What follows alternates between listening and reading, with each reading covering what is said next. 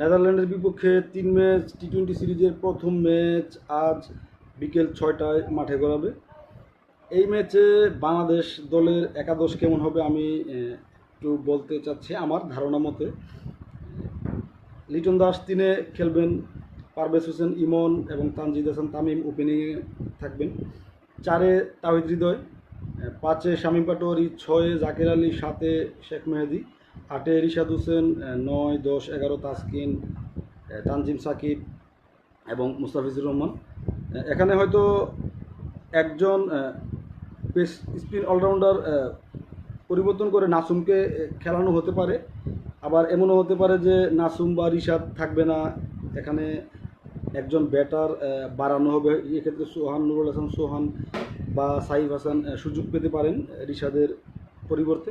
তবে আমার কাছে মনে হয় আমি যে একাদশটা বলেছি এটাই ভালো হবে। নেদারল্যান্ডের বিপক্ষে এর আগে 5টা ম্যাচ খেলে বাংলাদেশ দল 4টা ম্যাচে জয়লাভ করেছে এবং এই প্রথম 3 ম্যাচের সিরিজ খেলবে 2 দল। বাংলাদেশ যদিও স্বাগতিক, সিলেটের উইকেট মানে ব্যাটিং সহায়ক উইকেট, এক্ষেত্রে নেদারল্যান্ড কিছুটা হলেও প্রভাব বিস্তার করতে পারবে আমার ধারণা। এটা দারুণ একটা সিরিজ হবে, বাংলাদেশের জন্য ভয়ও আছে, পরাজয়ের একটা শঙ্কা আছে। তারপরেও আমি আশা করি ব্যাটিং সহায়ক উইকেট হলে বাংলাদেশ দলের জন্য দারুণ হবে।